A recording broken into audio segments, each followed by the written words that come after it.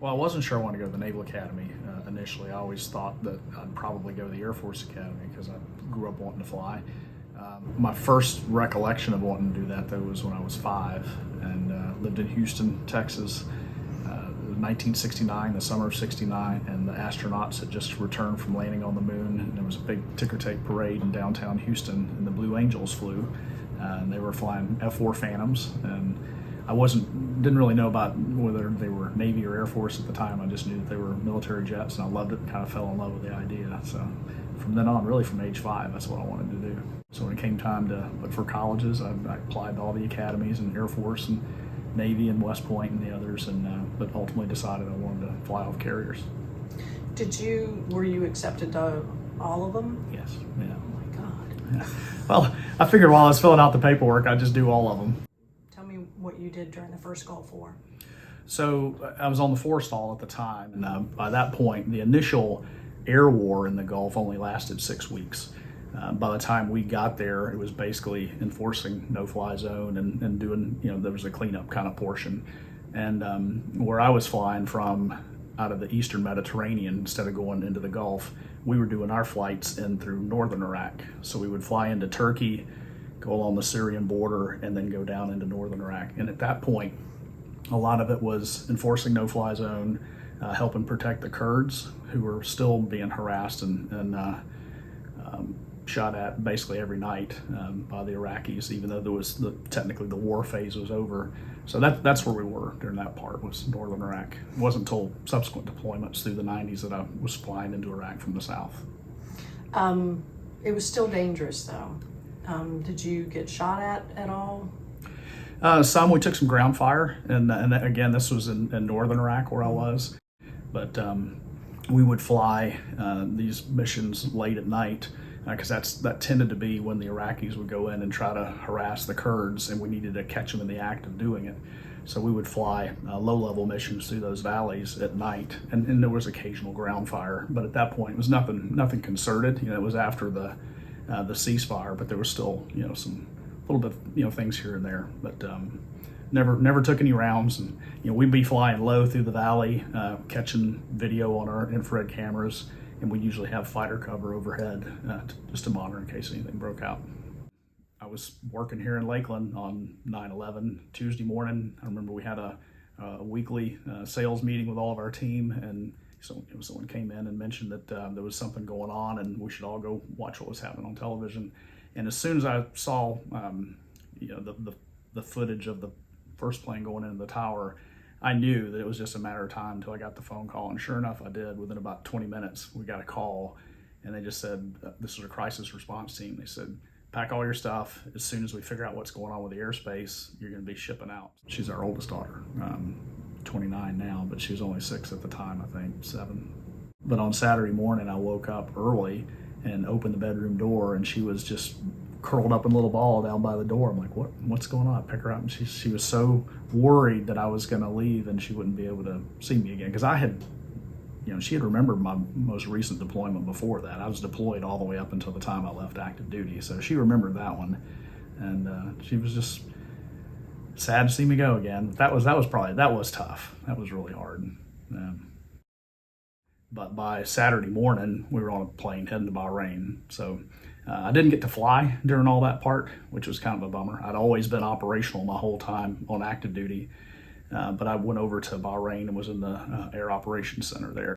The Navy's 5th Fleet, Central Command, the Middle East Fleet operates out of Bahrain, out of our Navy base there. Doing the initial planning for when we were going to do our strikes. So the reason we weren't able to go in 30 days is we had been doing all the planning for the initial wave of attacks going into Afghanistan, and they wanted to keep us there through the first wave of those. So it was a lot of initial war planning. Through my time prior to that in the military, we had contingencies for just about everything on Earth, it seemed like, but the one place that we didn't have any war plan for was for Afghanistan. I just don't think anybody ever imagined why on earth we would go fight in Afghanistan. And so we had to create a whole war plan from scratch. So there was a pretty heavy month of planning during that time, coordinating with folks back at MacDill at CENTCOM. When I got recalled the second time, It was to go to MacDill. So the 12, it ended up being a year, and then that turned into 13 months. But I did a lot of travel back and forth to the Gulf during that time. But for the most part, I was working out of CENTCOM headquarters. So it wasn't flying, just air planning. So when I got there, probably right before Christmas of '01, they had not had a day off at CENTCOM since 9/11. That operations center was working 24/7, and people didn't even leave the base. Basically, they had cots set up, and you go sleep for a few hours, and you come back on. So fairly early on, we had contained the Taliban and then had the situation under control.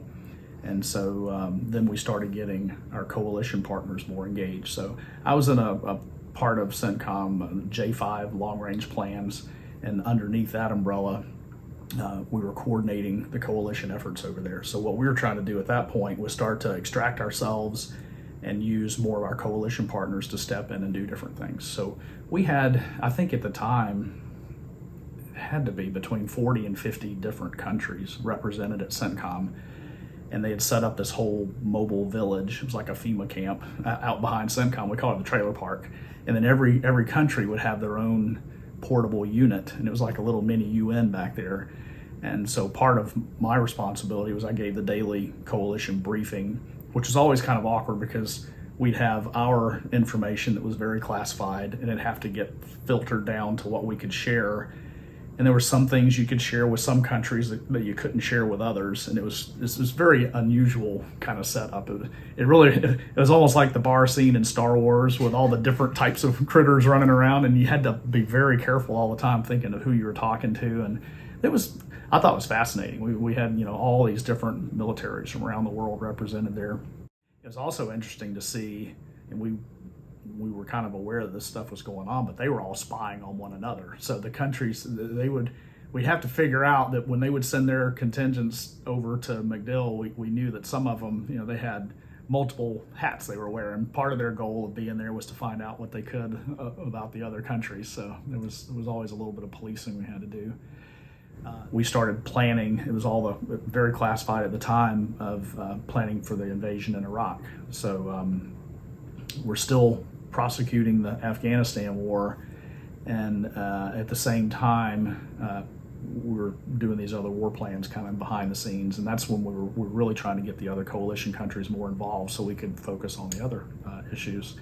And there was a continuous flurry of folks like Donald Rumsfeld and the others from DOD were coming back and forth, so we knew things were going on. We didn't know exactly what was going on at my level, but we were making the contingency plans for Iraq.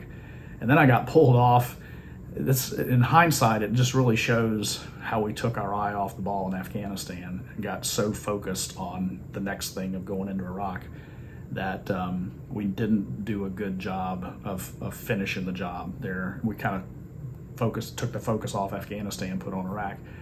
As they were getting ready to transition and create a new military that would defend Afghanistan, we needed to help them create their own army. So I was there for the birth of the Afghan National Army, and years later, when everything went so south and their military couldn't be relied upon to do it, do things properly, I hearkened back to the fact that there were three of us, three Navy commanders. So imagine this, me, another aviator, another guy who was a ship driver, were the three that were tapped to do the initial stand-up of the Afghan National Army. We didn't know anything about the Army, but all the real Army guys were busy planning for Iraq.